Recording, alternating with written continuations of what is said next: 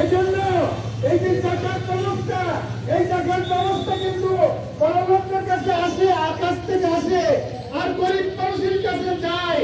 আর সুদ ব্যবস্থা কিন্তু গরিব মানুষের কাছ থেকে বড়লোকের কাছে যায়। এই জন্য আল্লাহ তাআলা সুদকে হারাম করেছেন, আর এই জাকাত বা এই ব্যবসাকে হালাল করেছেন। এই জন্য আমরা কাজ করতে পারি। আমরা যদি সেখানে যে যে কাজ করার প্রয়োজন, সামাজিক যে কাজ করার প্রয়োজন, সেই কাজ আমরা করতে পারি। সমাজ সেবার কাজ, শ্রমজীবী মানুষের সমাজ সেবার কাজ যেন আমরা করতে পারি, সেইগুলো আমাদের সামনে রাখতে হবে। এবং অসহায় মানুষ, কোন অসহায় মানুষ যেন বিনা সেবায় তারা সবসময় ভূমিকা পালন করে যাচ্ছে।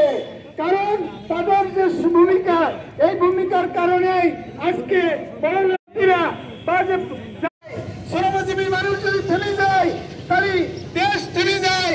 এই জন্য শ্রমজীবী মানুষ যদি আমরা আল্লাহর রাজত্বতা ঘোষণা করি, কোরআনের আইন চালু করতে চাই, যে সূত্র লেভেলে যে সমাজ সেবার যে দায়িত্ব দেওয়া হয়েছে, সে দায়িত্বগুলো আমরা পালন করবো। এইভাবে শ্রমজীবী মানুষ